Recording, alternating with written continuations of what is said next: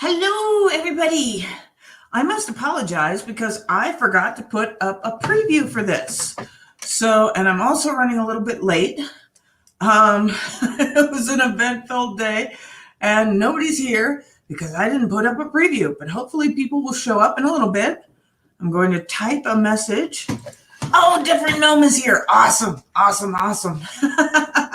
Yeah, sorry about worrying you. Different Gnome, if you'll let other people know that it was just my goof.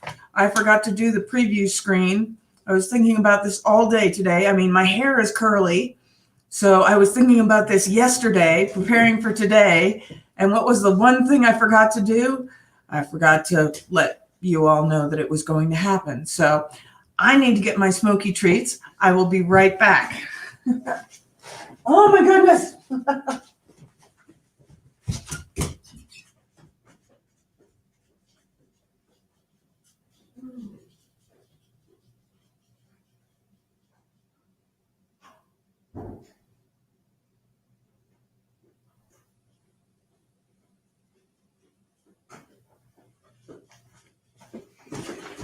So I'm so sorry about that.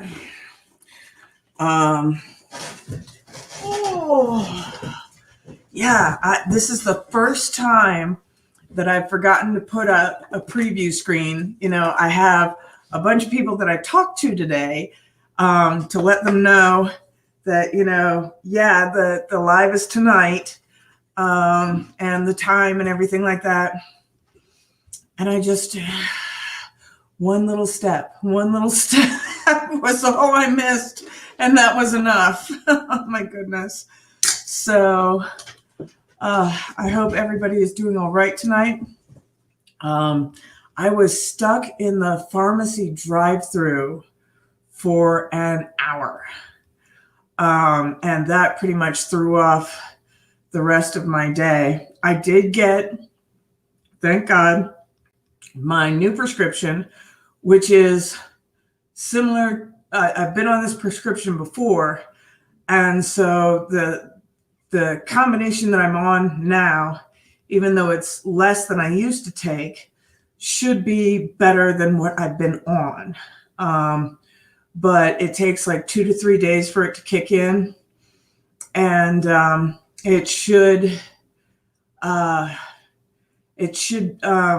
do me a lot better than anything that I've used up until now. So, oh, sweet. Thank you so much, Different Gnome. He says, I'm back. I don't know how I posted it on Phoenix, but I did.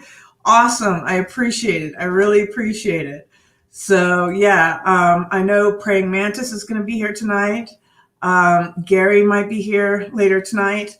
My mom may be watching. So it's it should be good times. So if anybody wants to come up, let me get the link here for you. I feel so bad that I didn't put the preview up. I'm usually just on that, no problem. And for today, I don't know why, if it was because it was such a chaotic morning or what it was. I completely spaced putting it up. It is what it is, So please excuse me. I need to get a little bit of my nosh on before we start.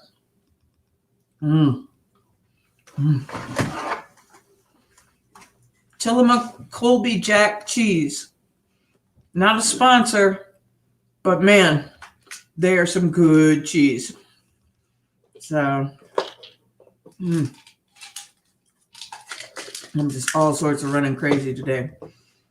Different Gnome says, sweet. Yeah. The good news is that we got our paperwork in for the nonprofit organization. So we are officially of good standing. We're waiting for our EIN number from the IRS. And I think I've found the perfect bank. They do trust funds for attorneys. And that's exactly what we need. So, and they're not even a block away. They're like half a block away from my house. So a bank within walking distance that provides exactly what I need for the nonprofit going forward. So it's just like, oh my gosh, just fortuitous. God is really shining down his love on me and my endeavors right now. So, hey, Angry Floki's in the house, liked and now commenting. Yes, please share this out since we haven't started yet. Do I have the right banner going here? No, I don't. Oh my gosh. I don't even have banners made up. So anyway, yeah, like, share, comment. If you aren't already subscribed, please subscribe. I'm working my way up to 100, so that's awesome news. Take this pill real quick. And how is everybody doing? How is everybody's week? Because this was really, I did a lot of work this week, which is a great thing. I mean, talking on Jordan Peterson's, carry the heaviest load that you can manage, that sort of thing. I made so much progress this week and it felt so good. It felt so good to, feel like I was accomplishing things, so we're getting ready to find a web host. We've got more writers on board and stuff like that. We've got Praying Mantis's daughter is hopefully, fingers crossed, if all goes well, she will be doing our logo for our letterhead and stuff like that. Lawrence has provided a logo for our videos, but I need something, and Lawrence is better with colors and fun stuff like that. But we need something that's a little more black and white that can, go on a letterhead and things like that. So she'll be working on that. Angry, Different Gnome put it up for me. So I don't know if it's actually live on Phoenix or not, or if he just posted the link, but it may be up there. So that's to answer your question, Angry Floki. It's been an incredible week of accomplishments, and it went by so fast. It's like, all of a sudden, boom, we've got our license. Boom, we've got the NPO status. Boom, we're getting a bank. But I just suddenly all the dominoes got knocked over, which is what we wanted. So we're moving forward. And we should be able to. I'm looking into grants and all sorts of things like that. So really exciting times. And I'll start producing videos for our nonprofit as well. So, hey, Shell, good to see you. I put the link up. Does the link show up for you guys that have come in later? Shell and Angry, or Floki, can you see the link for coming up on StreamYard? I want to make sure that people, mea culpa, I did not post a, scheduled future event. I just went live. So, good to know. So, awesome. So if anybody wants to come up, you're welcome to. We're starting on page 22 in the book. We're still in chapter 1. First rule of 12 rules for life. So let me deal with my little doggy here. Come here. Yeah, you get to go in the laundry basket. Say hi first. She's saying hi. All right, into the laundry basket. There you go. Good girl. All right. So, yeah. We just finished up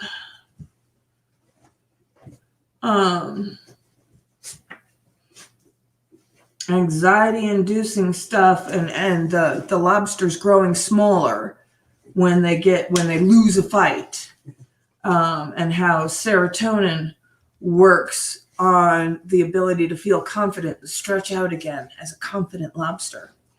So here we go on page 22. Oh, Angry's coming up. Awesome. Welcome, sir. Hello. How are you today? I am not bad. I'm still kicking. Awesome. So if you could, I'm going to read, and if you can alert me to anyone in the chat who said anything, just keep an eye on that. I don't know if you can watch them at the same time. Can you? Yeah. Awesome. Fantastic. So we will do that. No, what I was asking you, you can go from StreamYard and simultaneously transmit your live on YouTube and on Phoenix at the same time.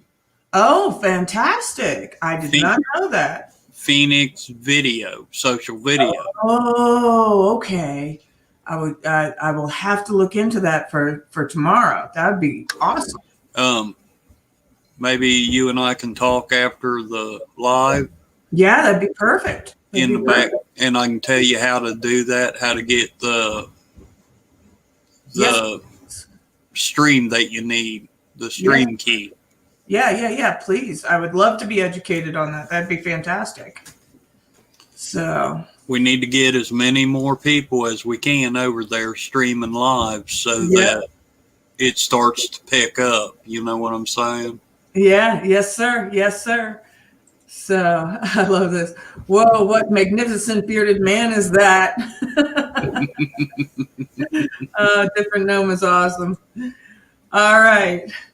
So, and we are on page 22 of the hardcover, Jordan Peterson, 12 Rules for Life. So there are many systems of intersection between brain, body, and social world that can get caught in positive feedback loops. Depressed people, for example, can start feeling useless and burdensome as well as grief-stricken and pained. This makes them withdraw from contact with friends and family. Then the withdrawal makes them more lonesome and isolated and more likely to feel useless and burdensome. Then they withdraw some more. In this manner, depression spirals and amplifies. So when he says a positive feedback loop, it doesn't necessarily mean in a positive direction. It can be positive going down. It's just that it's a reinforcement, whereas a negative feedback loop is something that stops you. Like when you immediately get the consequences of stubbing your toe, that's a negative feedback loop, and that will inhibit behavior. And a positive feedback loop, what do you call it? Oh, I lost my word. It increases the behavior. So if someone is badly hurt at some point in life, traumatized, the dominance counter can transform in a manner that makes additional hurt more rather than less likely.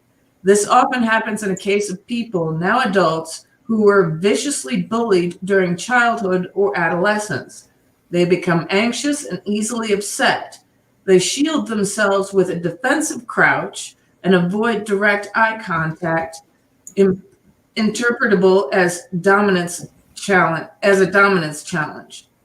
This means that the damage caused by the bullying, in parentheses, the lowering of the status and confidence, can continue even after the bullying has ended.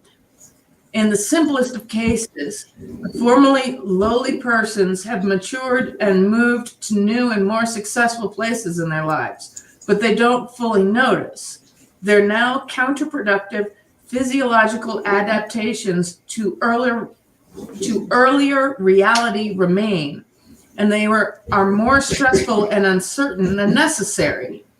In complex cases, a habitual assumption of subordination renders the person more stressed and uncertain than necessary, and their habitually submissive posturing continues to attract genuine negative attention from one or more of fewer and generally less successful bullies still extant in the adult world. In such situations, the psychological consequences of the pre-present, in quote, or in parentheses, even though strictly speaking, it wouldn't have to because of maturation or geographical relocation or continued education or improvement in objective status. So now we're on to the next page, rising up. Lauren, hey, I see that. So survival. So he says, hi, everyone. Survival just got home. Awesome. Glad you could join us. So we're on page 23, everyone, up at the top, rising up. Sometimes people are bullied because they can't fight back. This happened to people who are weaker physically than their opponents. This is one of the most common reasons for the bullying experienced by children. Even the toughest of 6-year-olds is no match for someone who is 9. A lot of that power differential disappears in adulthood, however, with the rough stabilization and matching of physical size, with the exception of that pertaining to men and women, with the former typically larger and stronger, particularly in the upper body, as well as the increased penalties generally applied in adulthood by those who insist upon continuing with physical intimidation. Basically saying that when we all grow up into adults, that kind of levels the playing field. You know, a 9-year-old can easily bully a 6-year-old, but a 49-year-old can't easily bully a 46-year-old. You know, the biggest difference being between men and women, you know, men generally having more upper body strength than women. And so there are changes that go from childhood bullying to adult bullying. Thing is, I've always believed that the bullying, in a way, was an important part of growing up. Oh, sure. Because it not only built you stronger mentally, but it taught you how to deal with those problems. Yeah. The difficulty can come in where if you always take that subordinate position, even though you've grown up, even though you've gained more skills, even though you may end up being a 6-foot-tall guy, you know, if you were picked on as a little kid and you didn't gain your height until you were much older, you can still feel on the inside like that little kid and just as vulnerable and subordinate. Right. Yeah. And there's a certain amount of roughing up the pups that you want to do, but you don't want to do too much. And as Different Gnome points out, zero tolerance was a terrible idea. Absolutely. Kids need to know how to deal with these struggles because they don't disappear once you become an adult. And Survival says, I can bully a 46-year-old. Yeah, just try it. So, all right. Back into it. But just as often, people are bullied because they won't fight back, not because they can't fight back.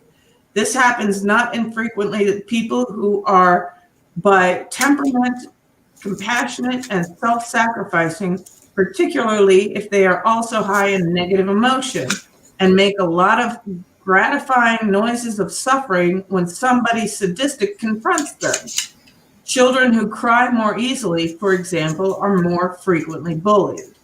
Now, this is true of Mary Lou. She's talked about this before, where her cousins used to bully her. She was an only child, and the school kids used to bully her because she'd cry at the drop of a hat. And it wasn't until she learned how to not cry and be able to stand strong that the bullying stopped. All right, so It also happens to people who have decided for one reason or another that all forms of aggression, including even feelings of anger, are morally wrong.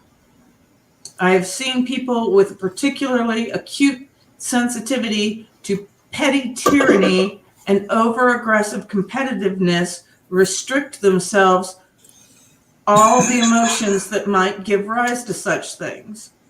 Often they are people whose fathers were excessively angry and controlling. Psychological forces are never unidimensional in their value, however, and the truly appalling potential of anger and aggression to produce cruelty and mayhem is balanced by the ability of those primordial forces to push back against oppression, speak truth, and motivate resolute movement forward in times of strife, uncertainty, and danger. Yeah, that's going back to the whole thing about roughing up the pups. So, Dave Kranick is in the house. He says, I have kids at the high school right now. When there is a bullying problem, we put them in the ring with boxing gloves. Yep. Usually 15 minutes after they duke it out, they are out playing and roughhousing again. Exactly. And this works especially well with boys. I was talking with Gary earlier today, and, I was making the observation that men can fight, and once the fight is resolved, y'all can have a beer together and be best friends. Women, because we're not so physical, Homestead is HS, not high school, but on the Homestead right now. Gotcha. Women, on the other hand, once it gets to a physical confrontation, that relationship is over because women don't resolve conflict with physical violence. That's the arena of men. So if you've pushed a woman so far where it gets physical, there's no going back from that. There's no resolving the feelings, none of that. Survival said, we did that in the 90s in my school. Yeah, that kind of stuff really disappeared after No Child Left Behind. They started bringing in those zero tolerance and what was the other, the participation awards. And those two things in combination were just such a detriment to kids. I feel so sorry for that generation. Right. So, yeah. With their capacity for aggression straitjacketed within too narrow morality, those who are only or merely compassionate and self-sacrificing and naive and exploitable cannot call forth the genuinely righteous and appropriate self-protective anger necessary to defend themselves. If you can bite, you generally don't have to. When skillfully integrated, the ability to respond with aggression and violence decreases rather than increases the probability that actual aggression will become necessary. If you say no early in the cycle of oppression and you mean what you say, which means you state your refusal in no uncertain terms and stand behind it, then the scope for oppression on the part of the oppressor will remain properly bounded and limited. Yeah, being able to stand your ground. You need a certain amount of anger and aggression to be able to do that. So Dave says, then we had them write scripture for our punishment. That's awesome. Different gnome. It's a completely different lifestyle. Oh, the homestead lifestyle? Yes.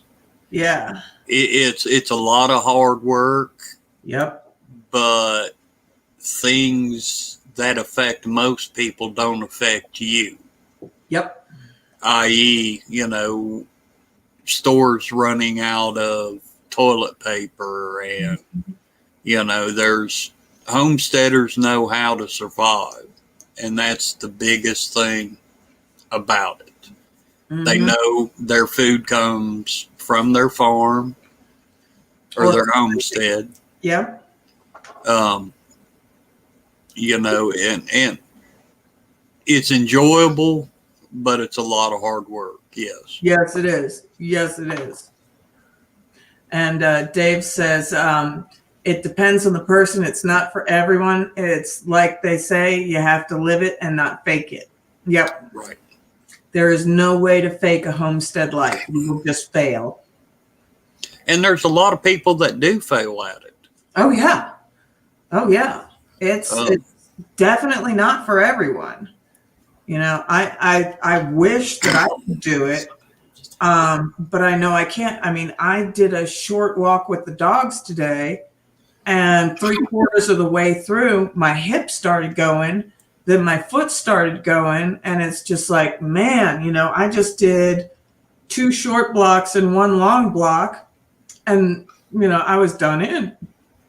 And so, you know, trying to do the homestead life, I mean, I grew up doing it. You know, I knew how to chop wood, you know, using a hatchet and everything like that, splitting cords and shearing sheep and carding the wool and spinning the wool and, you know, knitting the wool after that. I mean, you know, from start to finish, dealing with chickens, plucking chickens and, you know, doing eggs and all that other stuff. You know, I absolutely adored it. But now, no.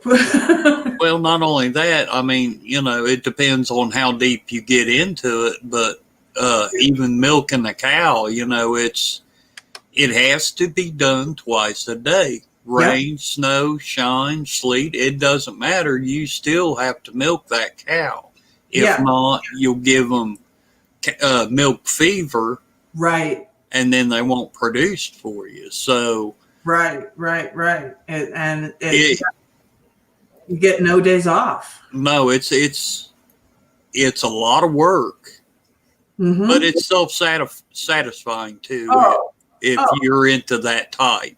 oh yeah, absolutely. I mean, the self-satisfaction that comes from, you know, taking care of business every single day feels so good. Feels so good. When you sit down for dinner and you got, you know, a roast, a beef roast that, you know, you've slaughtered, first you raised, then you slaughtered, you know, then you cured it, and then, you know, you prepare it. Yep. You know, there's a lot to it, but you got to be into it in order To pull it off. Yeah. I Yeah. mean, my kids never asked for an animal that I wouldn't let them have when they were growing up. Right. And now my son hates animals. He would rather, you know, I'll go to the store and buy mine, Right. you know, but yet in return, my daughter is just the opposite. She loves it, Yep. you know, and tries every way she can, you know, to raise animals, you know, maybe one at a time, but for her kids, you know, for them to enjoy that. Yep. So, And grandson loves it. Yeah, and Dave says it's all about how organized you are and how motivated you are. There's not a day that is not a 12-hour day, work day, unless you're sick. Then you have to have help. Work gets backed up quick. Exactly. And Survival says, my parents still live that way. That's awesome. That's awesome. So. and the ones of us that can do it are going to be the ones that survive. You know, they talk about, Oh, yeah. you know, they're calling for food shortages now. Yep. With all of the chickens, the vegetables, the animals that they have killed and just buried Yep. during this, you know, it's coming back to bite us in the tails now. Oh, yeah, absolutely. I mean, I do have a green thumb and I can keep up with a garden as long as I'm not too terribly sick. And so, you know, I've been providing my neighbors with fresh vegetables. I mean, even I think the last batch of tomatoes, I have 2 more little cherry tomatoes that are growing. But the last batch of tomatoes was last week. And so, and the little girl over there, my neighbor's granddaughter, she won't even eat the store-bought tomatoes anymore because she's like, no, Pam's taste the best. I'm not going to eat any more of these. I'll wait. And when you do raise your own, you know what's going into it. Yeah. You know. There's none of this Roundup stuff. There's none of this, nasty pesticide stuff. Yeah, it's all pure natural. Yeah, absolutely. Absolutely. All right.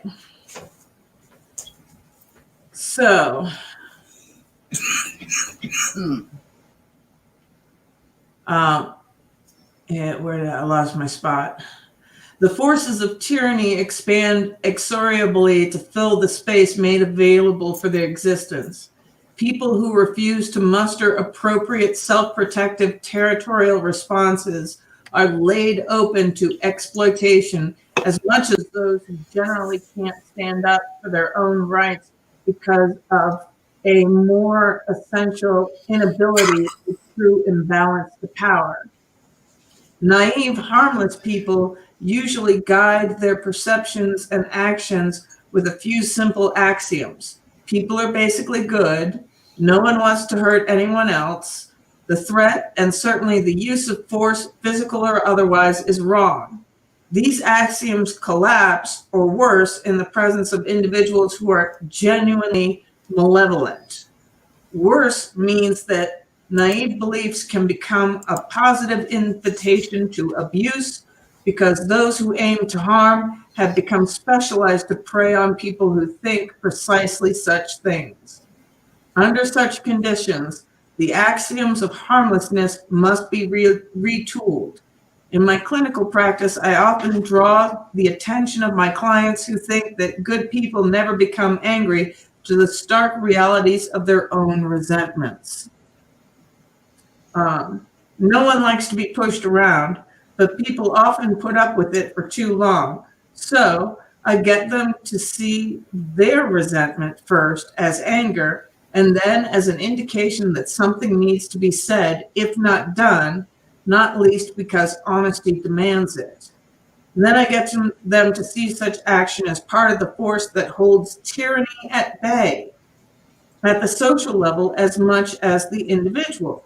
Many bureaucracies have petty authoritarians within them, generating unnecessary rules and procedures simply to express and cement power. Such people produce powerful undercurrents of resentment around them, which, if expressed, would limit their expressions of pathological power. It is in this manner that the willingness of the individual to stand up for him or herself protects everyone from the corruption of society. And this is something that I really noticed under COVID, is I did not realize how many petty tyrants were out there. Like the mayor of my town was trying to set up a rule that if you came from a county that didn't have a mask mandate law, you couldn't go to the hospital locally. And it was like, what are you doing? They're out in farm country. You don't need a mask mandate out there, and the only hospitals are in town. And you're telling them that you're going to let them die because their county commissioner they don't even have a mayor because they don't have a town out there. It's the county commissioner, and the county commissioner rightfully decided that you don't need a mask mandate, when it's 10 people for every 20 square miles. But you can't come into town and go to the hospital? Are you insane? And thankfully, he did get the kind of pushback from local people who are like, what are you doing? You can't refuse hospital care to people. That is just insane. And so he was really put in check by people who were willing to stand up to him and say, no, you're wrong. But I never had any idea that there were that many petty tyrants out there. but they are. And whew, all you have to do is run into somebody who's very resentful at the post office, and you can find out pretty quickly that, man. I've been feuding with my mailman for years. Oh my goodness, yes. Because here we have a post office box, which is literally a mailbox along the side of the road. Mm-hmm. Off the blacktop. And he will, like in the wintertime when they plow, of course, in front of our mailboxes gets full of snow. Yeah. And he won't deliver. If he has to get out of the car to deliver your mail, he'll take it back to the post office. And send it back. And send it back. Oh, no. Yeah. Yeah, I was a CPR instructor. I had over $300 worth of CPR cards come up missing. And had to go back through and repurchase all of them again to give them, to my students. And you can't get him to do nothing. It's, well, you catch him and then we'll do something with them. No, that's not my job. It's yours. Right. Yeah, and the abdication of responsibility is going all the way up the chain. Right. Oh, that is so rough. I feel for you, man. My heart goes out to you. But we deal with it. I mean, it's like my father, is a veteran, so he gets his medicine through the mail. Ooh. And they hold it for us at the post office. Good. And then we'll leave a note for us, hey, you got something you need to pick up. Yeah. Because that can become life or death. Yeah. Yeah. That you can't mess around with that. So, oh my gosh. Praying Mantis is in the house. Praying Mantis. Yes, ma'am. Or yes, sir. Sorry. She's the ma'am. You're the sir. I hope so. Right? If not, my wife's been fooled for years. I can't hear what they're saying. Yes, ma'am, or yes, sir. She called me ma'am. She said, yes, ma'am. I mean, sir. Listen, we don't go there. All right. My apologies. But yeah, it's but it's part of life. You've got bullies in real life. You know what I'm saying? Oh yeah. So you got to be able to stand up for yourself, and you can't just assume these naive things of people are basically good. No. I try to see the best in people. Yes. Until they screw me over.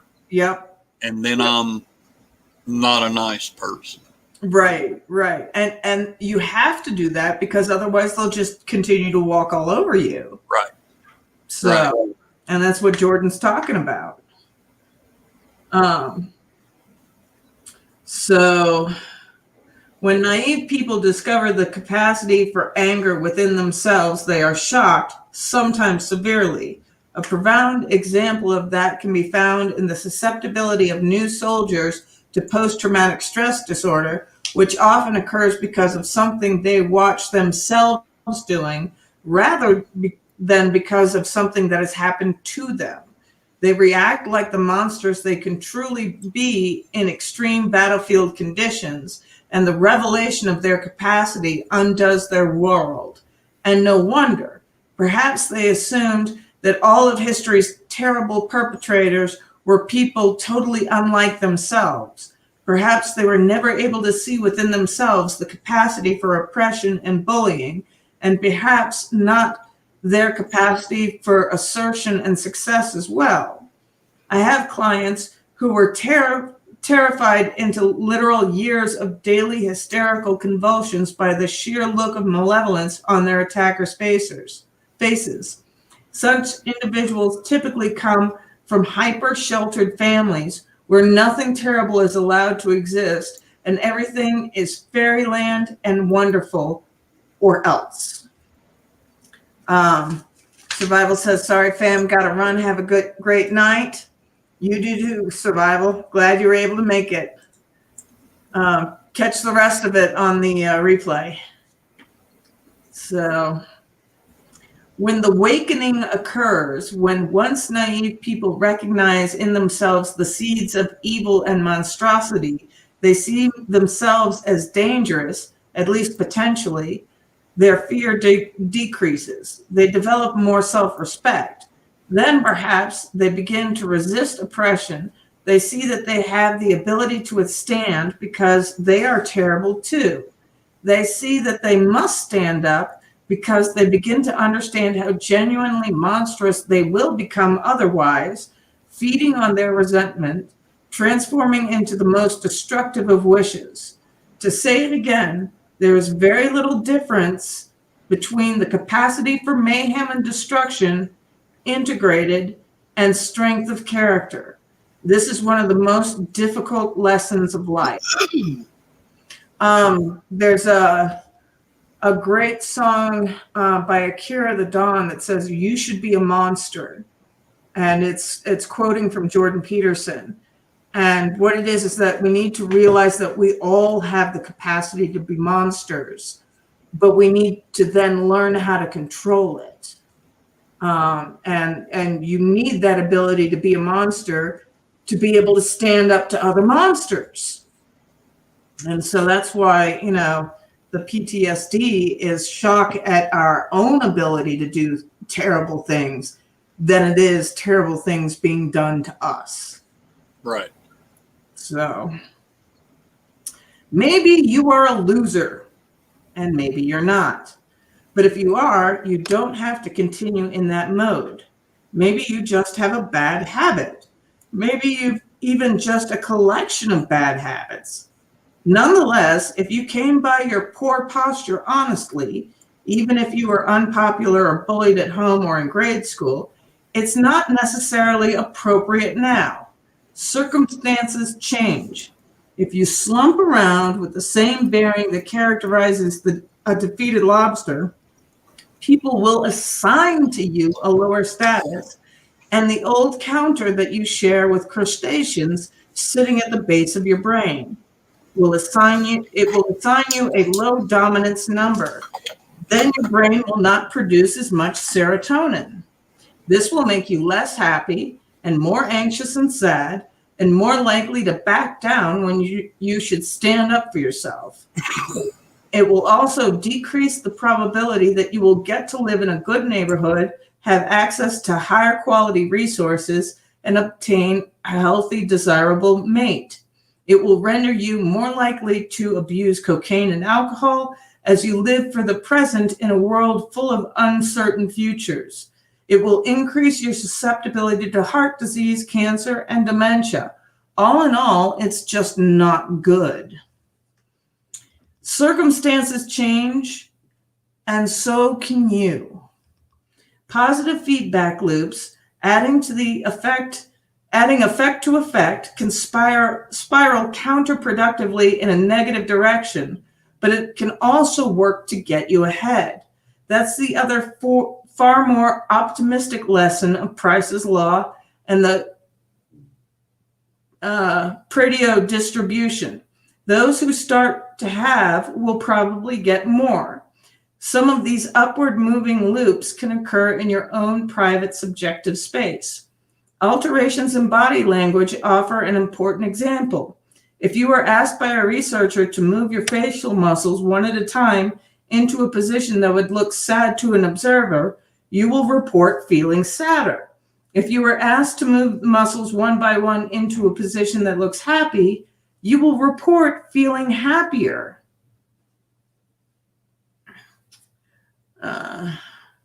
Emotion is partially body expression and can be amplified or dampened by that expression. Some of the positive feedback loops instantiated by body language can occur beyond the private confines of subjective experience in the social space you share with other people. If your posture is poor, for example, if you slump, shoulders forward and rounded, chest tucked in, head down, looking small, defeated, and ineffectual, protected in theory against attack from behind, then you will feel small, defeated, and ineffectual. The reactions of others will amplify that.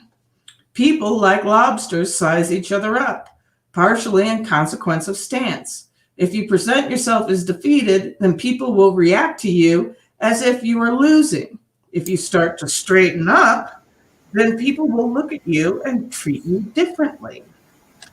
You might observe the bottom is real. Being at the bottom is equally real.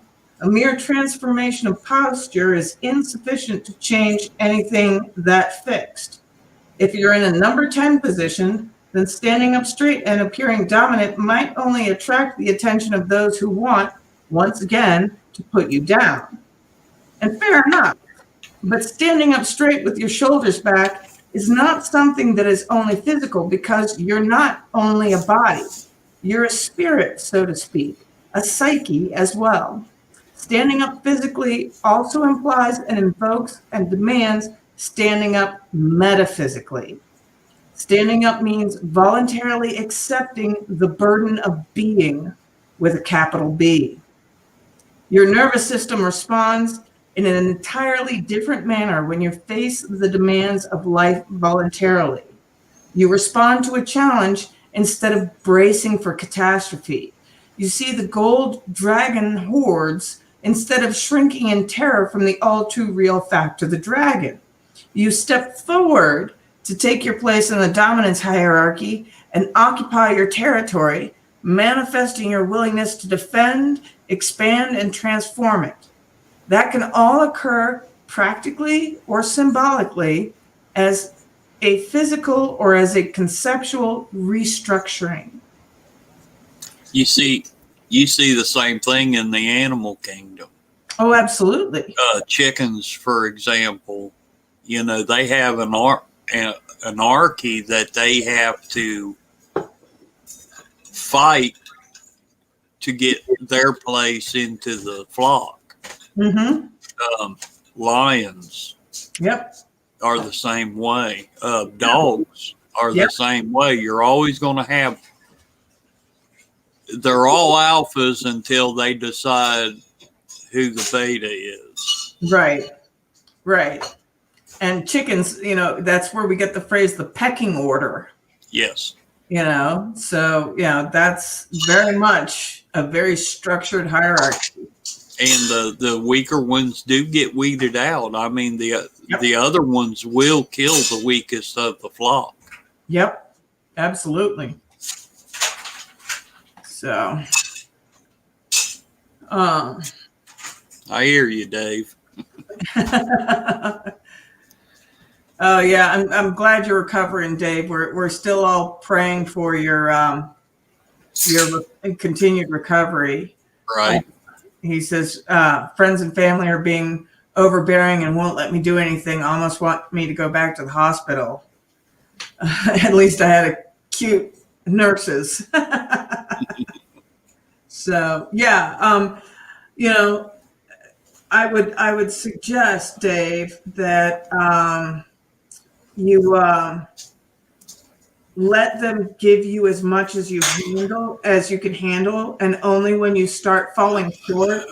But if they get overprotective, that won't let you build up your strength again. The more that you do, the faster you'll recover, because that's the way that the brain works.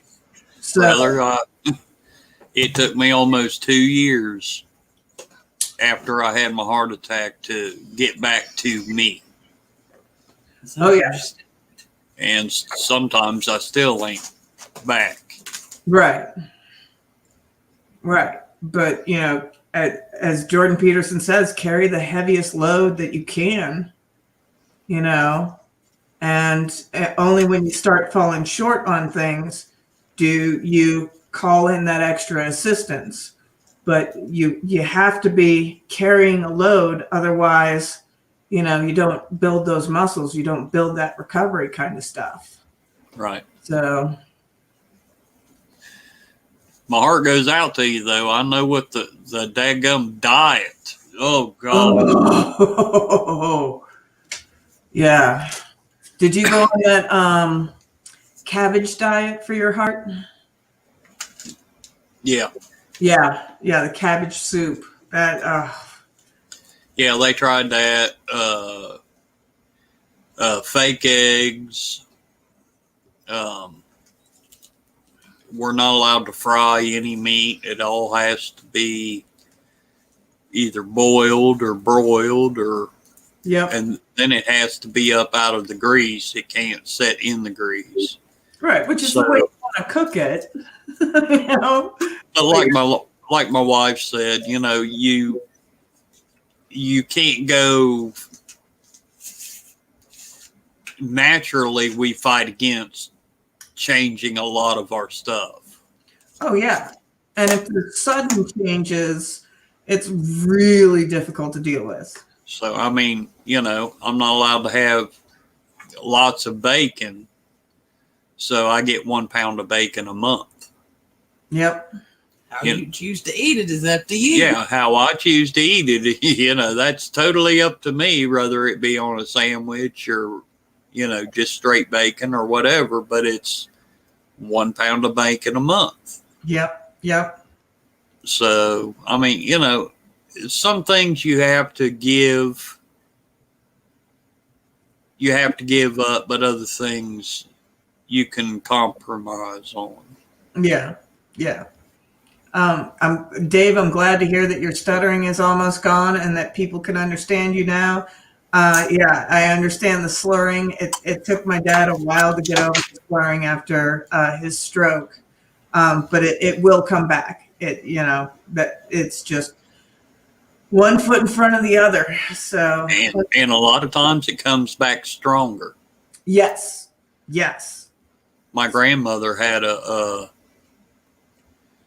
massive stroke, and it's been some years ago. She's been dead for a few years now, but after her stroke, she got to where she was walking up to 5 miles a day. Ooh, that's fantastic. I mean, so it all depends on you, but you do come back stronger. In a lot of ways, yeah. So, and thank you everybody for liking the cap. I thought I'd wear it tonight. So it looks good with the curls. All right. So, some of the positive feedback loops instantiated by body language can occur in the private confines of, I already read that. Bottom is real.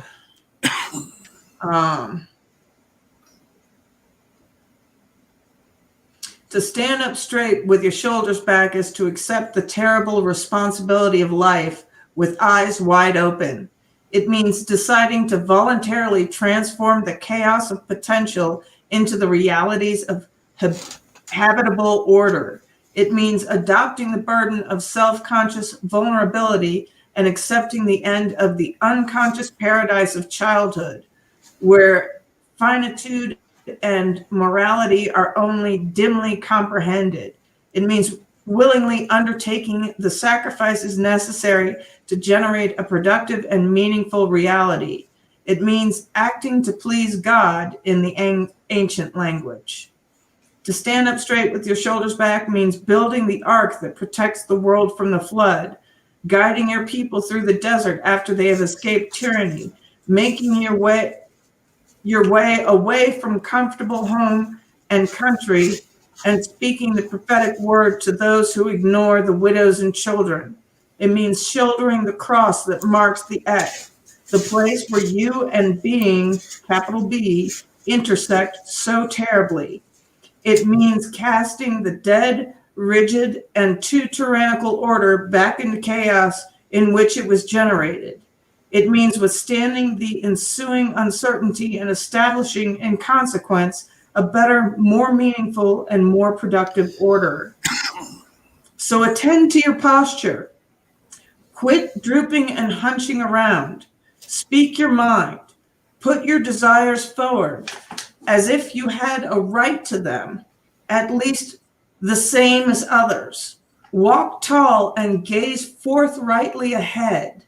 Dare to be dangerous. Encourage the serotonin to flow plentifully through the neural pathways desperate for its calming influence. People, including yourself, will start to assume that you are competent and able, or at least they will not immediately conclude the reverse.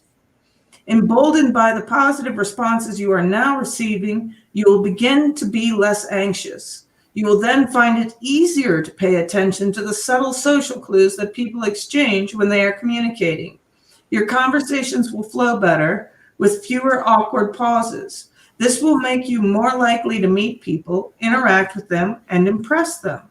Doing so will not only genuinely increase the probability that good things will happen to you, it will also make those good things feel better when they do happen.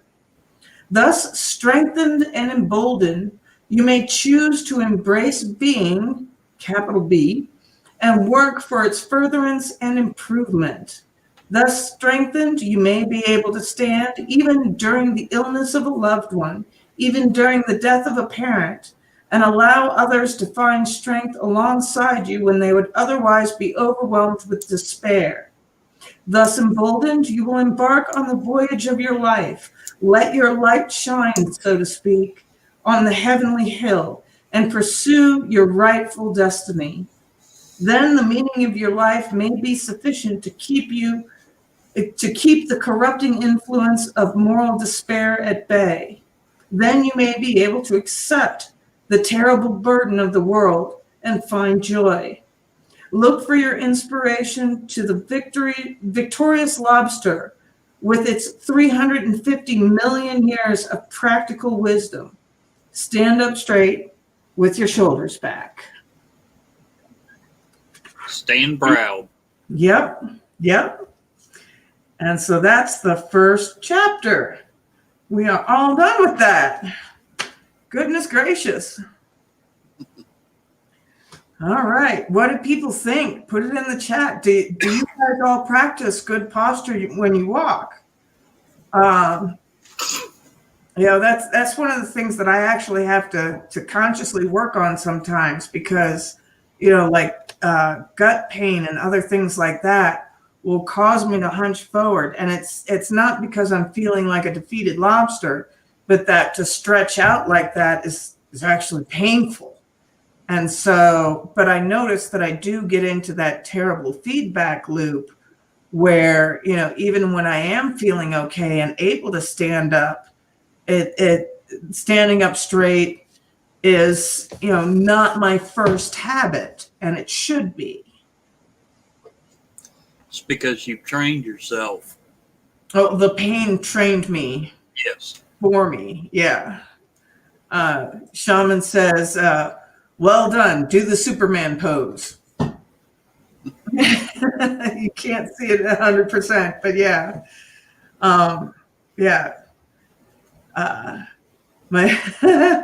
This might embarrass my mother, but she used to say, shoulders back, tits out.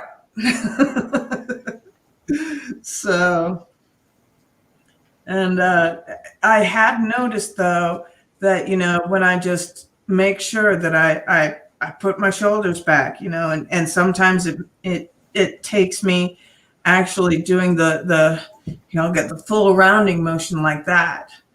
But then, once I do that a couple of times, my body will relax into that upright posture, and it's easier to breathe that way, because you're not putting as much pressure on your diaphragm. Right.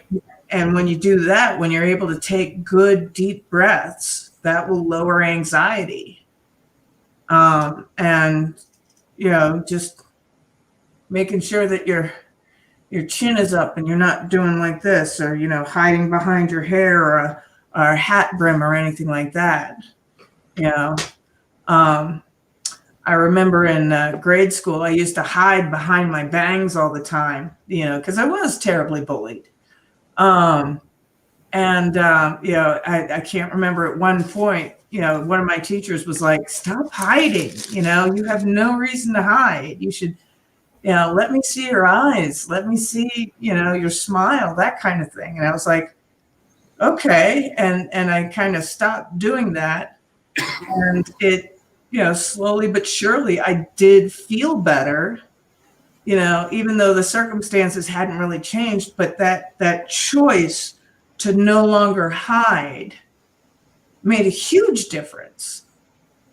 So I don't know if When I was on the ambulance, of course, we dealt with a lot of people on a regular basis where we got to know them.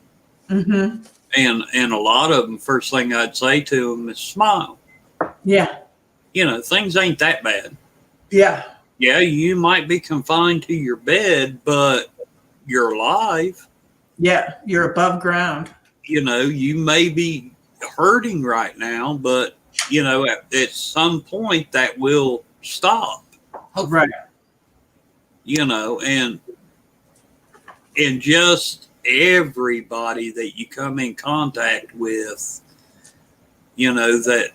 that's always got a cow on their face, it's what are you so down for? Yeah. Your day sucks, so what? Yeah. There's 50 million other people out here that's the same way, but you don't see them like that. Yeah. Yeah. There's a saying in 12-step groups, fake it till you make it. And it's, even if you don't feel like it, adopt an attitude of it's going to be okay.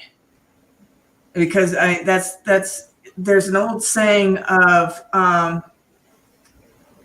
if you expect the worst, you'll never be disappointed, and you could be happily surprised. But I found out that that's a load of bunk, because even if you are happily surprised, you're in no mind state to enjoy it. You're like, oh, well, it worked out, whatever, But if you're saying, nope, it'll work out. Nope, it'll work out. Hot damn, it worked out. People have forgotten to appreciate the small things. Well, that's actually chapter 12. You're getting ahead of us. Well, I'm just, to me, from what I see, that's. Yeah. Well, I'm teasing mostly. Yeah, a lot of it is people are down, especially right now with the temperature of America right now. Yep. And it's like, listen, y'all, it's not the end of the world. They haven't bombed us yet, so right. And things will come to pass that will come to pass. There's nothing you can do about it, so don't worry about it. And my wife is a good example. She worries about everything. Mm-hmm. And with me, I'm real into the politics right now. I follow everything I can. Yeah.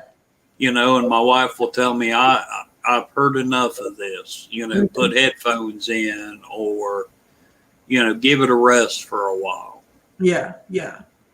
And so me personally, I'm the type of person, I like to go in with my eyes wide open. I like to know what's going on. Yeah. Yeah. So that way I don't get any surprises. Yeah. So you don't get blindsided. Right. I like to fly by the seat of my pants. Well, so I can wing it better that way. Yep. There's something to be said from that. Give me a generalization. I don't need to hear every minute detail. Right. And I can agree with both stances. I'm paying attention to the headlines, and if it's something that seems important, I'll delve down into it. But for the most part, I've separated myself out from politics because I know it's not going to be a lot of good news. But I see the positive side of that in that if the consequences come quick, people, you know, if the consequences don't come for 10 years, it's really difficult to see that what you're doing led to that. Right. But the more they screw this up, and the worse they screw it up, and the faster they screw it up, the more likely it is that people's eyes will be opened up and they'll go, oh crap, okay, I see what I did wrong. You know, let's not do that again, sort of thing. And so I'm actually, you know, with the second impeachment, I'm actually very, very happy about that. You know, it's like you're telling me with less, because when they started it, it was, you know, less than 2 weeks. It was like 10 days. All you have to do is wait 10 days. That's it. Just wait 10 days. And you're so impatient and you're so childish that you're going to try and do a second impeachment? I mean, how petty is that? Well, I mean, it's not just that. What it looks like to me is we've won. Now we're going to show you Right. that we won. Right. And all it's doing is causing more separation and hatred in the country when it comes down to it. They need to just quit, let things be, and let it go on from there. But if they did it gracefully, people wouldn't realize how bad it is. Right. And Shell points out something important. They don't want Trump to run again. Well, in trying to pin this thing as an incitement to overthrow the government, that would actually exclude Trump's ability from running again. Right. But they've already failed at that, you know? Well, I won't get into it with you on this because it's not your forte. You know what I mean? And that's not what your channel is organized for. But yeah, it is slightly. But I really think that the Democrats really need to stop now what they are doing. They won't. Because it's just going to get worse. And yep. But that's beautiful. That's beautiful because they're going to expose themselves for what they truly are, and people will be able to see. But the more that they push, the more that people are going to stand up to push back. Maybe. I mean, Pam, I'm telling you from what I've seen and what I've read, I mean, it's everywhere. It isn't just. Oh yeah, in our group of live streamers or in our groups as one whole, but I mean, even outside of our groups, there are other. Yep. Places I watch and the comments that I watch, that are flying through are just, I mean, we need to be very careful what we're doing right now. Oh, yeah. Because it's about to explode. And when the top comes off this thing, I've said it for years, it's not going to be pretty. Everybody wants to talk, war until you have been there. Yeah. And seen what that does to people. Yeah. We all got to back away from the edge of the cliff, let them go over, know, but all of us need to stand back and stand down, that sort of thing, and just wait till the midterms, Well, we just need to sit back and pay attention to what's going on. I tell everybody, watch Texas. Mm-hmm. Because what Texas does, other states will follow. Yep. So, we need to keep our eye on Texas, see what they're going to do as a state. Yep. And then go from there.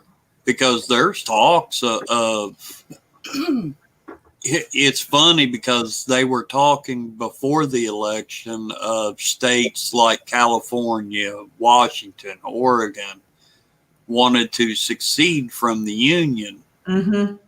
Now there's talk, well, now it's going to be Texas, it's going to be Alabama. You know, any place that was a red state is pretty much going to succeed. Well, the thing is that I don't even think it'll come to that. You know, I mean, that's why I'm telling people, you know, just back off and back away. Let the left, and I don't mean Democrats necessarily, because there are a lot of Democrats who are Against this. yeah, but you know, let the left snatch defeat from the jaws of victory, because they're very good at doing that. Shell, yeah, there is things going on behind the scenes, Yep. and we won't know until after it happens. But watch Texas. Nobody get excited. Don't, Yep. you know, it isn't time to fight. It's time to watch. Yep. Just stand back, let them trip over their own feet. Because this is going to end one or two ways, and hopefully it's a peaceful way. Right. Right.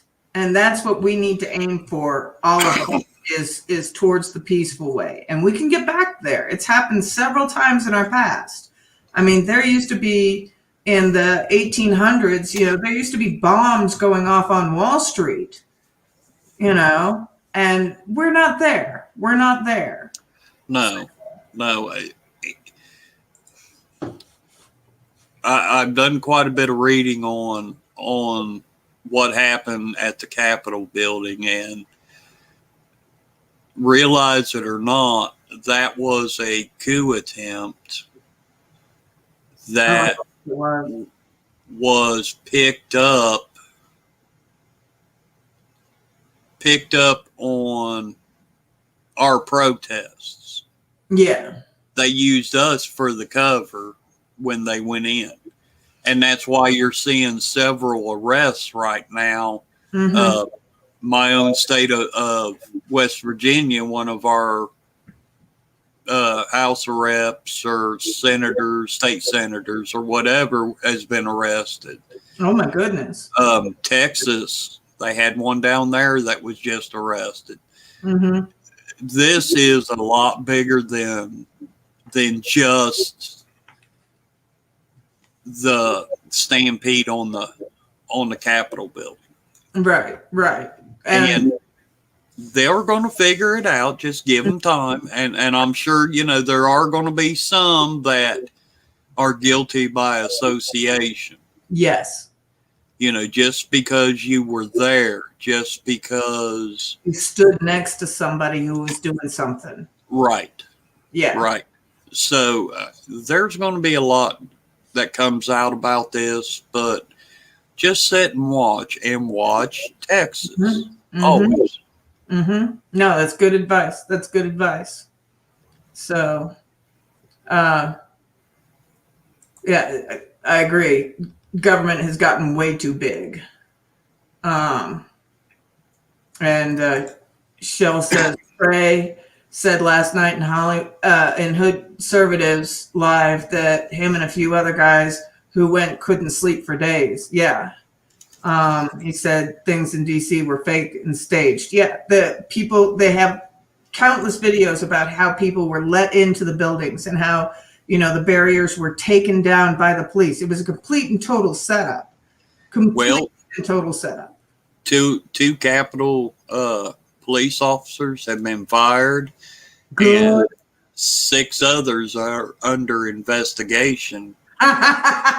So, yeah, I mean, it's like I said, there was a lot more to this than just the stampede on the Capitol. There was a plan in action, and it's sad because they hijacked something that was meant to be beautiful.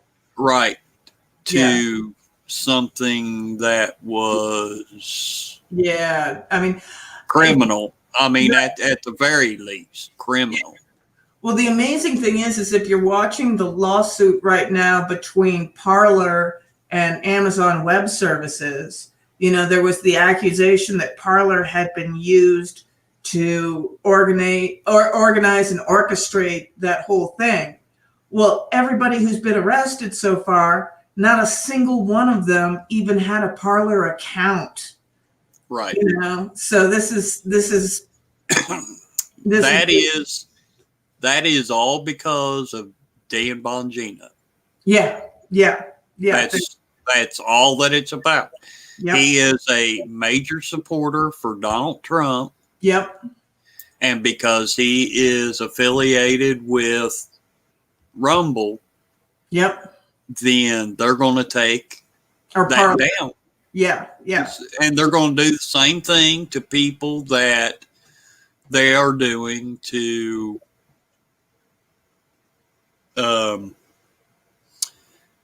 many High organizations. Yeah. Well, even look what they're doing to Trump. I mean, not only court-wise, criminal-wise, but now they're getting, the PGA, Professional Golf Association, had contracts, to hold their tournaments on Yep. Trump's Well, the banks. golf course. Yeah, banks are dropping. And it's not just Trump, but I mean, it's people. Yeah. Cash Kelly right now is sitting in jail. Yeah. And they're going too far, too fast. Yeah. And so the frog is realizing it's being boiled. Yeah. And So people will jump out of that water quick. yeah, they're getting a lot of video coming out. And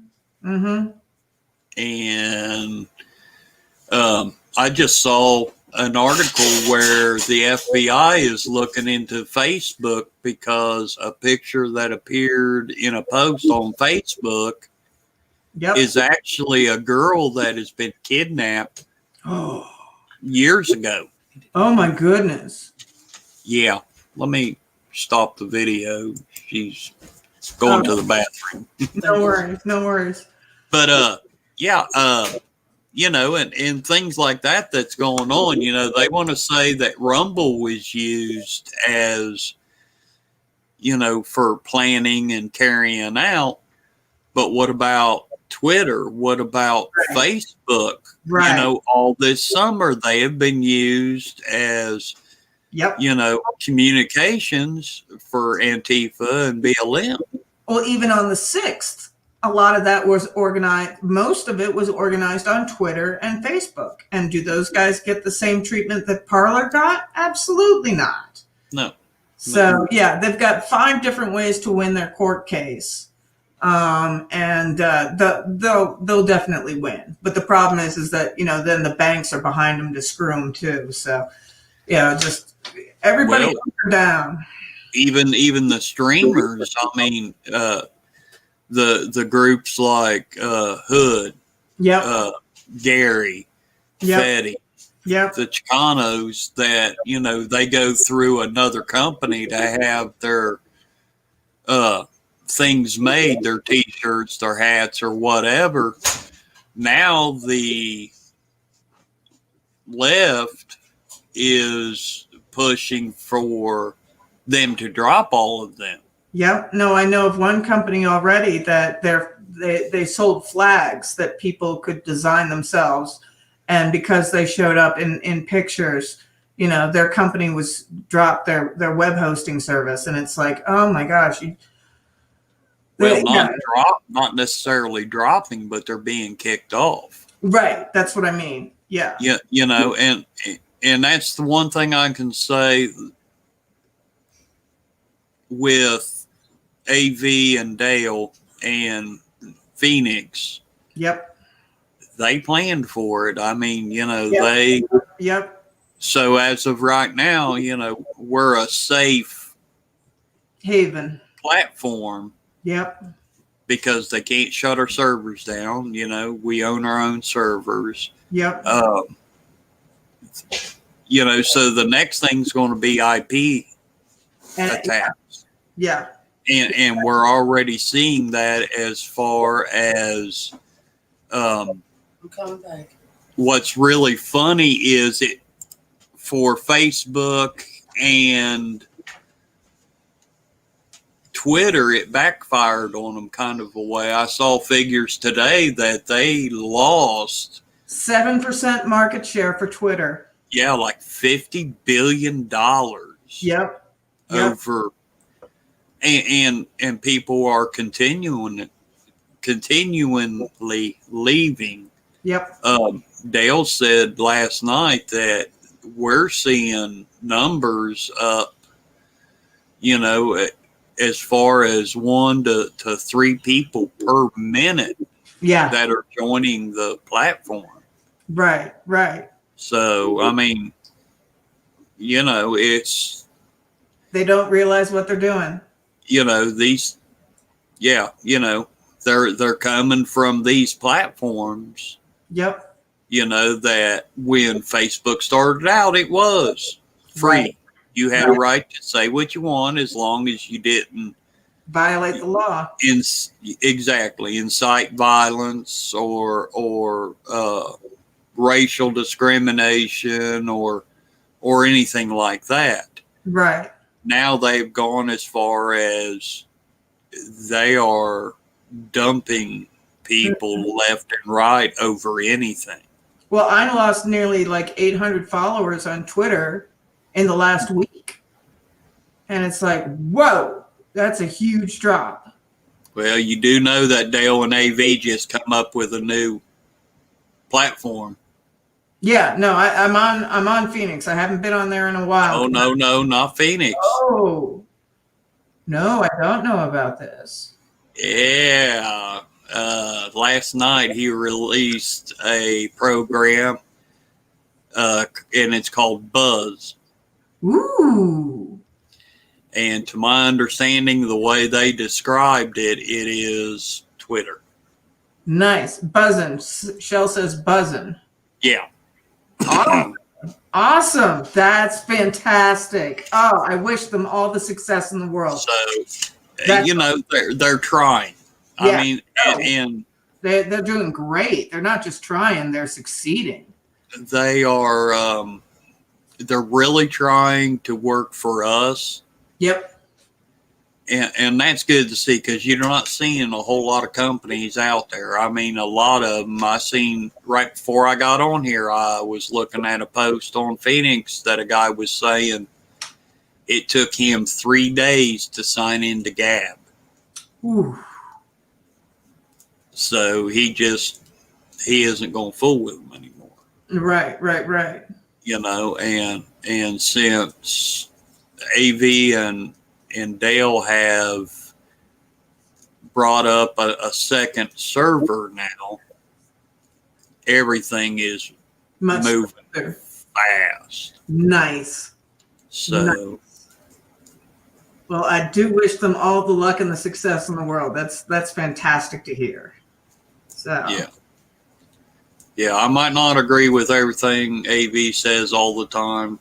Oh, that's not the point. Right. You know, we're always going to be like that. I was on Fetty's show one night talking to Richie Poe. We didn't agree on something, but like I told him, you know, just because we can't agree on something doesn't mean that, No.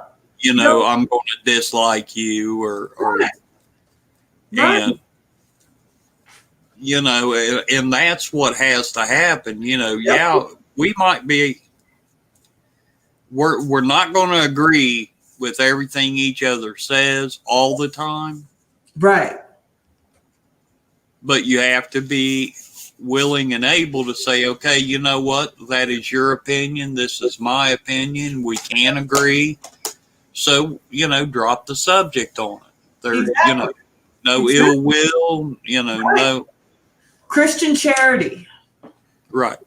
Yeah. Well, it all comes back into treating people the way you want to be treated. Yes. Yes, sir. Yes, sir. Exactly. You know, if you're not a person that cusses a whole lot from what I've seen, you know, and on the other hand, I see other guys, you know, that cuss up a storm, or other women that cuss up a storm, Mhm. you know, and that's just how they talk.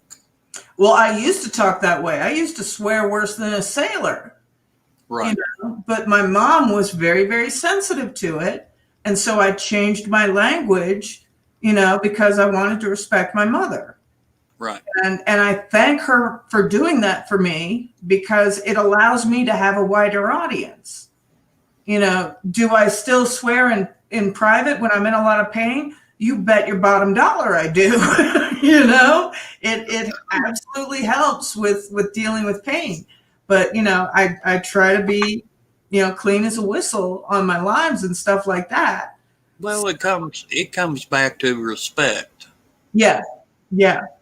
And all the way around, if I come across someone that is religious, Mm-hmm. Then I know that there's a certain way that I can talk to them, and a certain way that I should not talk to them. Yes.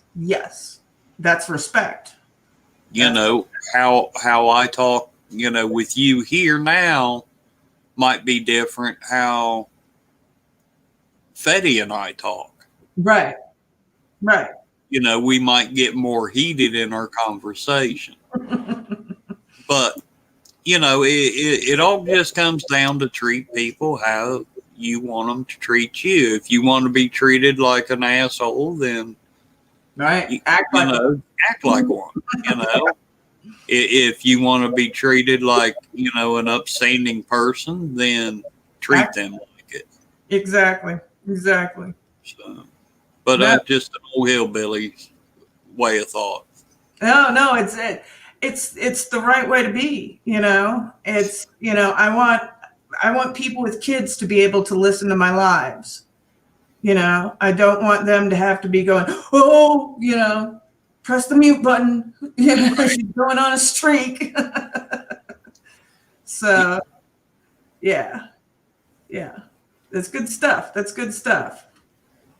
So should we start into, we got half an hour to go. Should we start into rule 2? Because it's a perfect segue. You ready? Yes. One ain't refusing. All right, on. Rule 2 is treat yourself like someone you are responsible for helping. And the section heading is, why won't you just take your damn pills? He says, imagine that 100 people are prescribed a drug. Consider what happens next. 1/3 of them won't fulfill the prescription. Half of the remaining 67 will fill it, but they won't take the medication correctly. They'll miss doses. They'll quit taking it early. They might not even take it at all. Physicians and pharmacists tend to blame such patterns for their noncompliance, inaction, and error. You can lead a horse to water, they reason. Psychologists tend to take a dim view of such judgments. We are trained to assume that the failure of patients to follow professional advice is the fault of the practitioner, not the patient. We believe that the healthcare provider has a responsibility to proffer advice that will be followed, other interventions that will be respected, plan with the patient or client until the desired result is achieved, and follow up to ensure that everything is going correctly. This is just one of the many things that make psychologists so wonderful. And he puts a little smiley face after that. Of course, we have the luxury of time with our clients, unlike most other beleaguered professionals who wonder why sick people won't take their medication. What's wrong with them? Don't they want to get better? And I'll interject in here. When I was doing therapy, the EMDR therapy, I went into a session one day and I was talking with her and I was telling her how, I did all the things in the last session that she suggested. And all of a sudden she just leaned back in her chair and went, oh, thank God you actually do your homework. And I was so shocked and surprised. And then I realized, Oh, yeah. Most people go to the psychologist or psychiatrist or therapist or whatever, and they expect the professional to fix them and that they shouldn't have to do anything, at home for themselves. And so I just loved that moment to realize that I'm one of those outliers where if you give me something to do at home, I'll actually go and do it, and that made me very proud. So he says, here's something worse. Imagine that someone receives an organ transplant. Imagine it's a kidney. A transplant typically only occurs after a long period of anxious waiting on the part of the recipient. Only a minority of people donate organs when they die, and even fewer when they are still alive. Only a small number of donated organs are a good match for any hopeful recipient. This means that the typical kidney transplantee has been undergoing dialysis, the only alternative, for years. Dialysis involves passing all of the patient's blood out of his or her body through a machine and then back in. It's an unlikely and miraculous treatment, so that's all good, but it's not pleasant. It must happen 5 to 7 times a week for 8 hours at a time. It should happen every time the patient sleeps. That's too much. No one wants to stay on dialysis. Now, one of the complications of transplant is rejection. Your body does not like it when parts of somebody else's body are stitched into yours. Your immune system will attack and destroy such a foreign element, even when they are crucial to your survival. To stop this from happening, you must take anti-rejection drugs, which weaken the immune system, increasing your susceptibility to infection and disease. Most people are happy to accept the trade-off. It's usually something like prednisone. The recipients of transplants still suffer the effects of organ rejection despite the existence and utility of these drugs. It's not because the drugs fail, although sometimes they do. It's more often because those who are prescribed drugs do not take them. This beggars belief. It is seriously not good to have your kidneys fail. Dialysis is no picnic. Transplantation surgeries occur only after a long waiting at high risk and great expense. To lose all of that because you don't take your medication? How could people do that to themselves? How could this possibly be? And I understand this completely. So Jay, I can talk on this because that was a lot of my runs when I was on a BLS truck, which is basic life support. Yep. We did a lot of transports to dialysis and from dialysis. Yep. And the only thing I can tell you is, from what I have seen, they will never stick those needles in my arms. Right. I mean, knew a guy who got that when I was in college, and it was just. Of course, they have air conditioner going in there because you have all these machines running. Mm-hmm. Well, they add in IV solution when they put the blood back into your body along with heparin. Yep. I have seen people shake so bad from cold chills to the point to where they're almost convulsing. Yep. Because it's just so cold. Yeah. And I mean, we're talking, these people would get this done 3 times a week, and like it said, 4 to 8 hours. Yeah. They're totally wore out. Mm-hmm. A lot of times they're sicker than a dog. Yep. And then they'll be like that for the rest of the day or the night, what time their appointment was, and half of the next day. So when they start feeling right again, next thing you know, it's time for them to go back in and get it done again. Yep. Yep. And I mean, when I was first put on prednisone for my adrenal insufficiency, I mean, I had been sick for years. I was on the brink of death.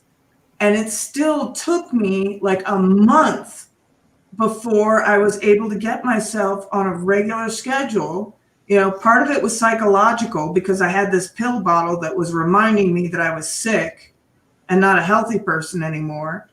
And, you know, it took a few years before I was just, yep.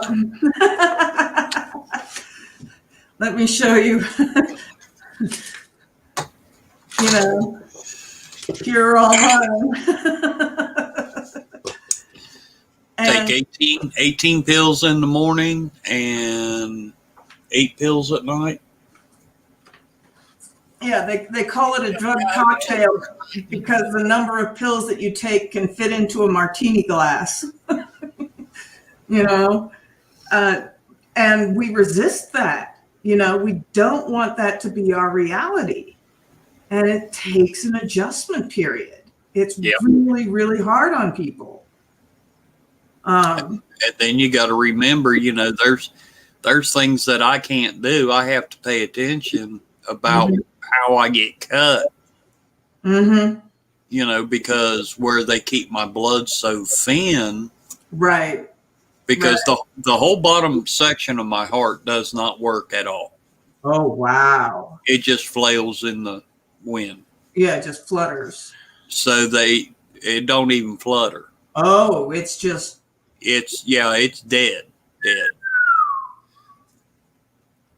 And it's just the very bottom part of the Right. chambers. But they keep my blood thin so that the backwash of blood that goes down in there doesn't clot in that area and then end up going through my system. Yeah, embolism or stroke or anything like that. Yeah, thrombosis. Yeah.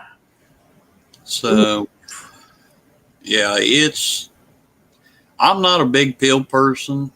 Neither am I. I had my days of pills when I was young. You know what I'm saying? I didn't even do that. I was around her in my day. You know, I run with some pretty bad characters at one time. Yeah. I run with a bunch of bikers and Yep. yeah. But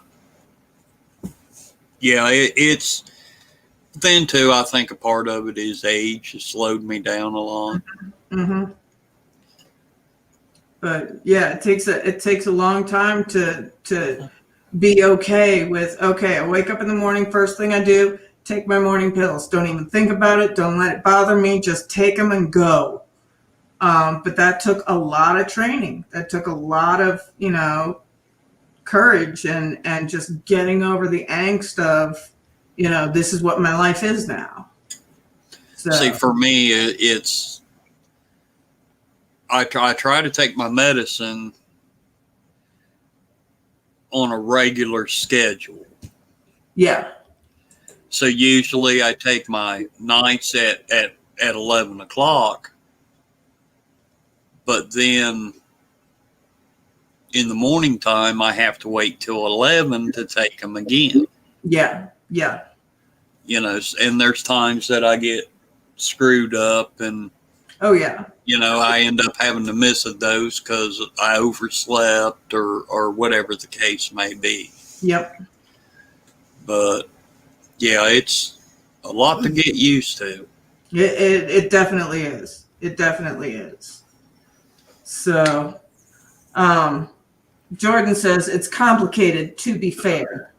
Many people who receive transplanted organs are isolated or beset by multiple physical health problems, to say nothing of the problems associated with unemployment or family crisis. They may be too cognitively impaired or depressed. They may not entirely trust their doctor or understand the necessity of this medication. Maybe they can barely afford the drugs and ration them. I've done that. Desperately and unproductively. I gave myself 2 seizures as a result of having to ration my drugs because I couldn't afford them. I'm going to have to step out. I've got Sure enough. company. Sure. Holler at me when you get done on Phoenix, and maybe you can open up a StreamYard, and you and I can go in the backstage and we can talk about that. Oh, here, let me give you my number in private chat real quick, and you go ahead and text me. Well, I don't have a text. Oh, shoot. Do you have email? Yeah. All right, I'll give you my email.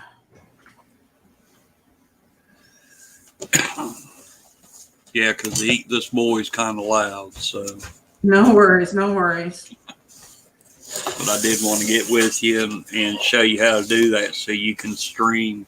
Yeah, no, And once you do it once, that's it. You don't have to do it again. Fantastic, fantastic. So, Yeah, there it is in private chat. okay. And then go ahead and bow out as you need to. Thank you so much for coming up. I appreciate your company. Hey, no sweat. Yeah, and your insight. I asked you earlier what had happened to you. I hadn't seen you on, or Yeah, I've switched to this weekly schedule. okay. Just because it was, I have other stuff to do. This nonprofit organization that I'm launching means that I can't do daily streams. It just takes too much out of me. So I'm just doing Friday and Saturday night. And Friday night is the book club, and Saturday night is the Bible study. Let me look at my clothes. Okay, I heard that. Yeah. It's all good. I have been. Put it on that chair. All righty, sweetie. I'll get with you here in a little bit. All right. Thank you, sir. All righty. Rest of your night. You too. All right. Bye. Bye. All right. So,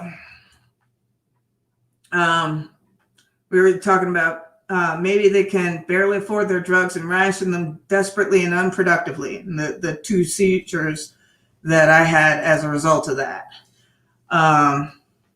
So he says, but, and this is the amazing thing, imagine that it isn't you who feels sick, it's your dog.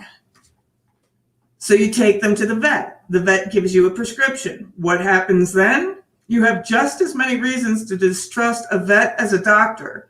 Furthermore, if you cared so little for your pet that you weren't concerned with what improper, substandard, or error-ridden prescription he might have given, you wouldn't have taken him to the vet in the first place. Thus, you care. Your actions prove it. In fact, on average, you care more. People are better at filling and properly administering prescription medication to their pets than to themselves. That's not good. Even from your pet's perspective, it's not good. Your pet probably loves you and would be happier if you took your medication. It's difficult to conclude anything from this set of facts except that people appear to love their dogs, cats, ferrets, birds, and maybe even lizards more than themselves. How horrible is that? How much shame must exist for something like that to be true? What could it be about people that makes them prefer their pets to themselves? I don't know that that's the right conclusion. I don't know if we prefer our pets to ourselves, but we feel more responsible to our pets than to ourselves. It's that they're relying on us. Parents with children are the exact same way. They're more likely to make sure that their kids take their medication and things like that than for them to take it themselves. I bear the burden of me being sloppy about my medication. But if I cause that hurt to my pet or to a child who's in my care, the amount of guilt is 10 times worse than if I screwed it up for myself. And I think that's where the difference lies. It was an ancient story in the book of Genesis, the first book in the Old Testament, that helped me find an answer to that perplexing question.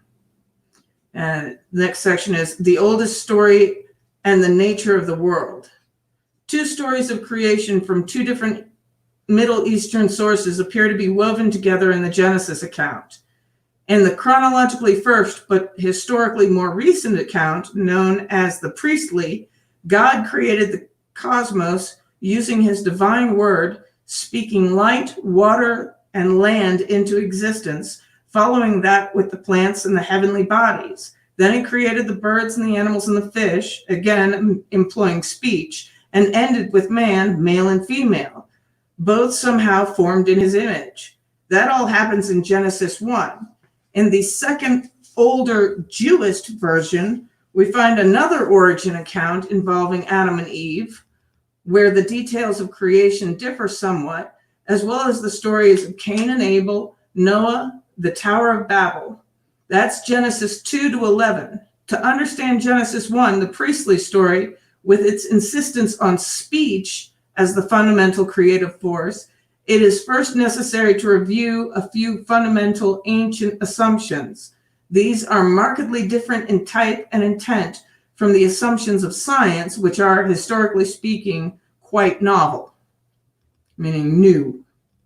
Scientific truths were made explicit a mere 500 years ago with the work of Francis Bacon, René Descartes, and Isaac Newton. In whatever manner our forebears viewed the world prior to that, it was not through a scientific lens any more than they could view the moon and stars through the glass lenses of the equally recent telescope.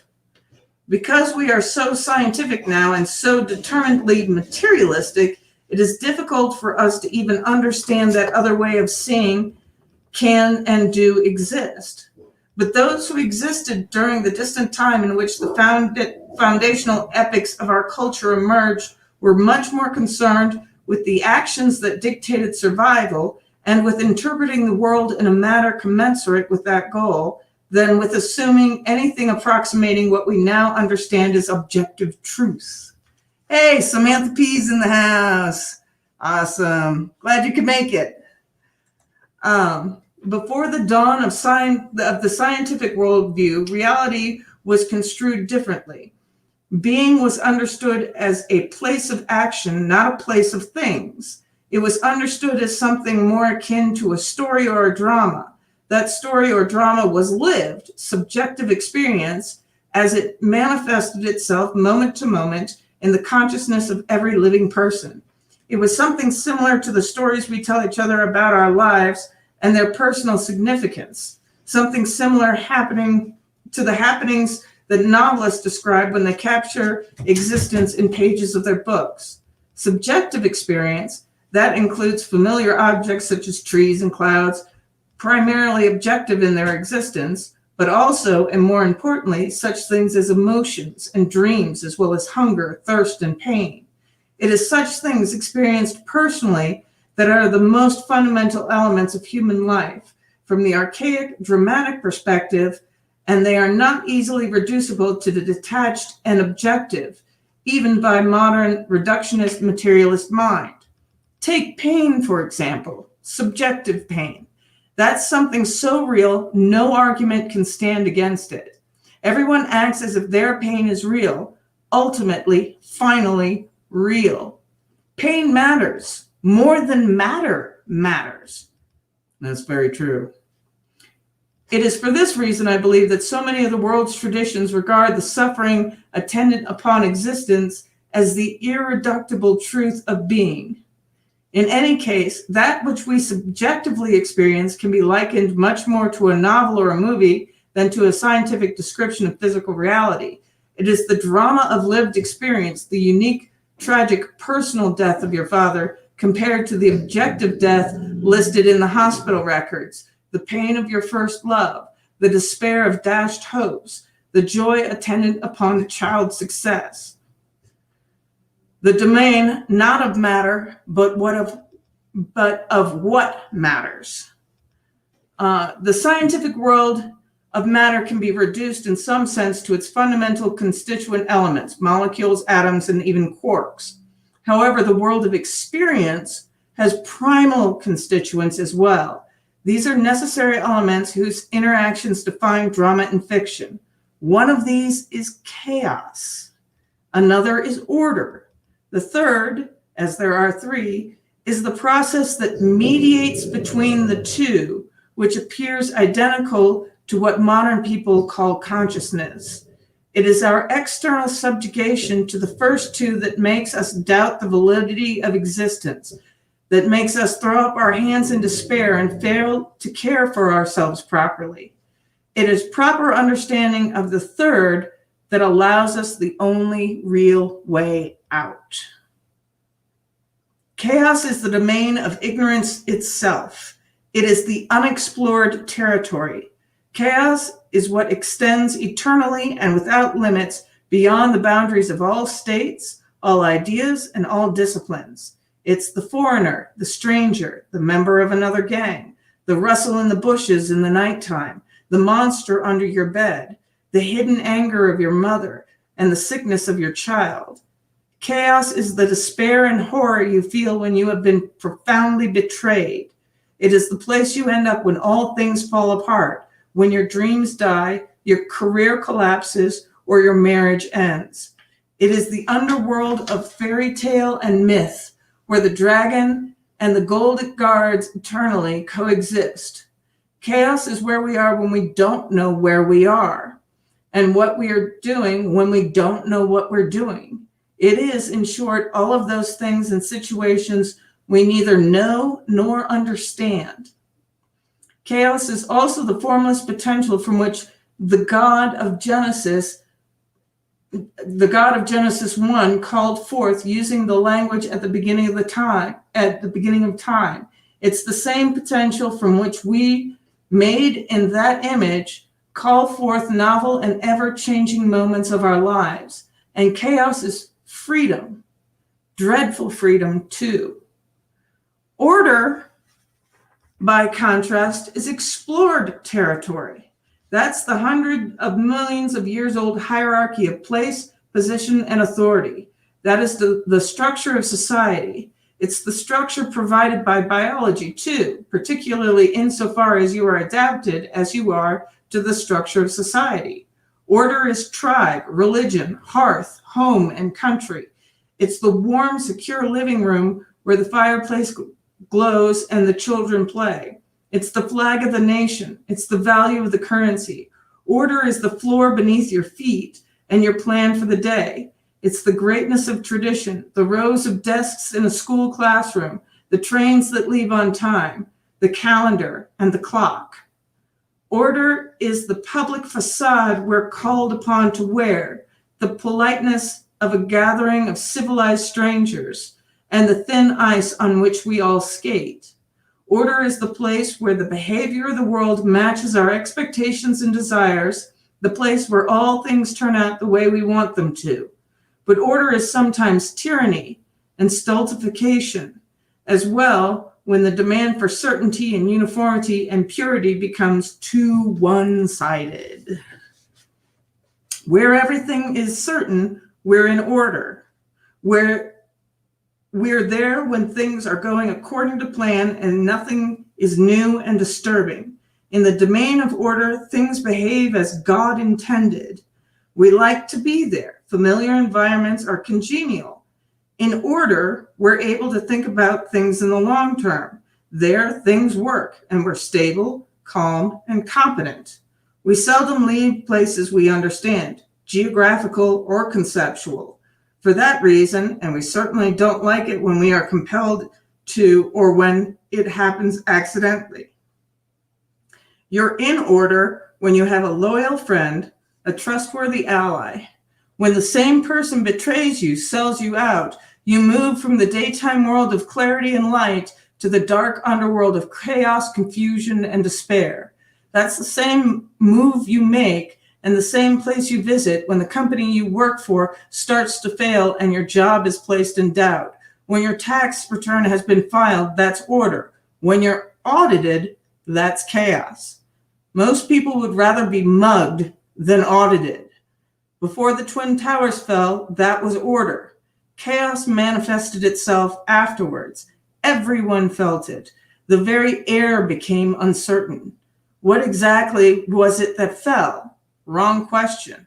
What exactly remains standing? That was the issue at hand. When the ice you're skating on is solid, that's order. When the bottom drops out and things fall apart and you plunge through the ice, that's chaos.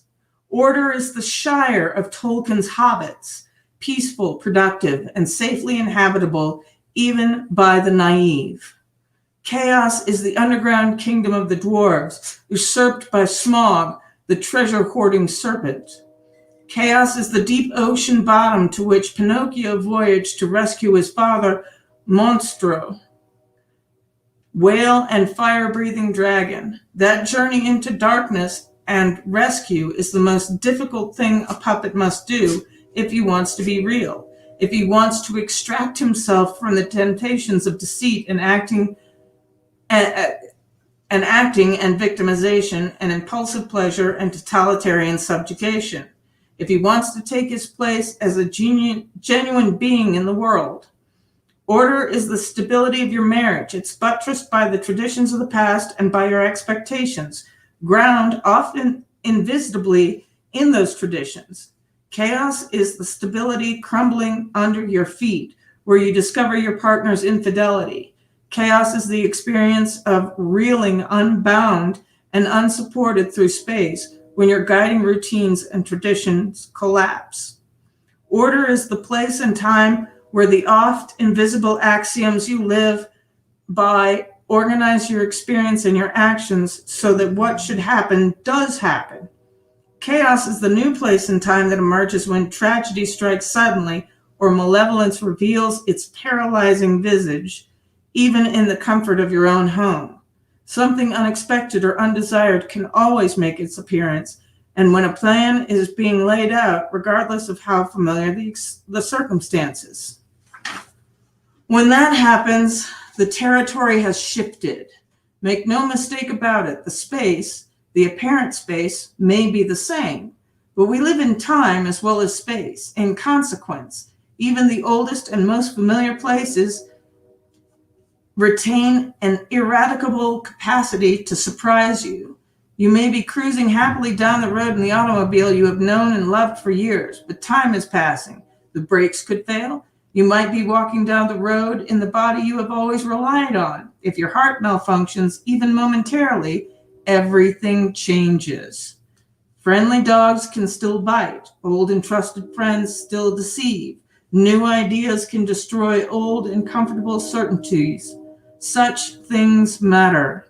They are real.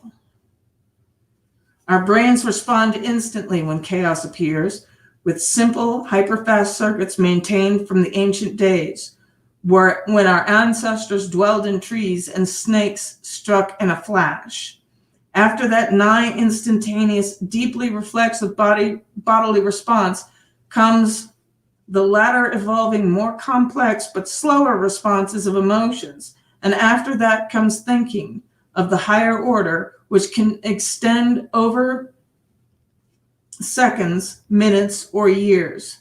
All that response is instinctive in some sense, but the faster the response, the more instinctive. So we're on page 38 and it is 7:00. Oh my gosh, that time flew by. So we're going to get more into order and chaos next week. Different Gnome says, oh, I got a tax playlist to remind me what my taxes are for. Makes filing them more bearable. Right.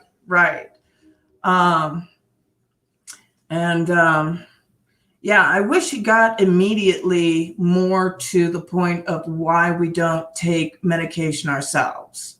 And I'm wondering if my hypothesis is correct, that because we bear the consequences of our actions when it's us taking the medicine, and because it's a greater hurdle for us to overcome because of our own, psychology around, I don't want to admit I'm sick, all of those kind of things.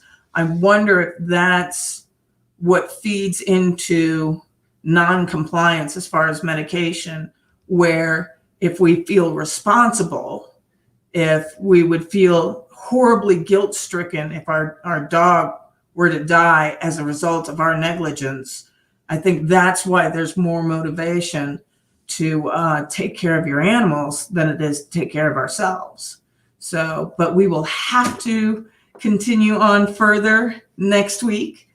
I want to thank everybody for being here tonight. I'm sorry again that I didn't get the preview up, but it has been a chaotic day, as it were. So anyway, I wish you all, praying mantis. Yeah, it's easier to neglect ourselves. Yeah, we're not as important on our list of things, partially because we take ourselves for granted, I think, too. So, Different Gnome says, I hate the feeling when one knows what's going to happen next in a story and can't tell it. Yeah, I don't know. I actually haven't read through the book. This is a fresh reading for me. So, yeah. Well, I don't know if he gets, I mean, I know he's going to get back to that point, but I don't know if my hypothesis is correct. So we will see about that. And Samantha says to Mantis, exactly what I was thinking, that it's easier for us to neglect ourselves. Shaman says, it's like we're motivated to clean our house for a guest, but we are not as motivated to clean it for ourselves as if we were the guest. Exactly. If you want to clean up your house, invite somebody over. So, and Praying Mantis agrees. So, yeah, it's funny how our psychology works like that.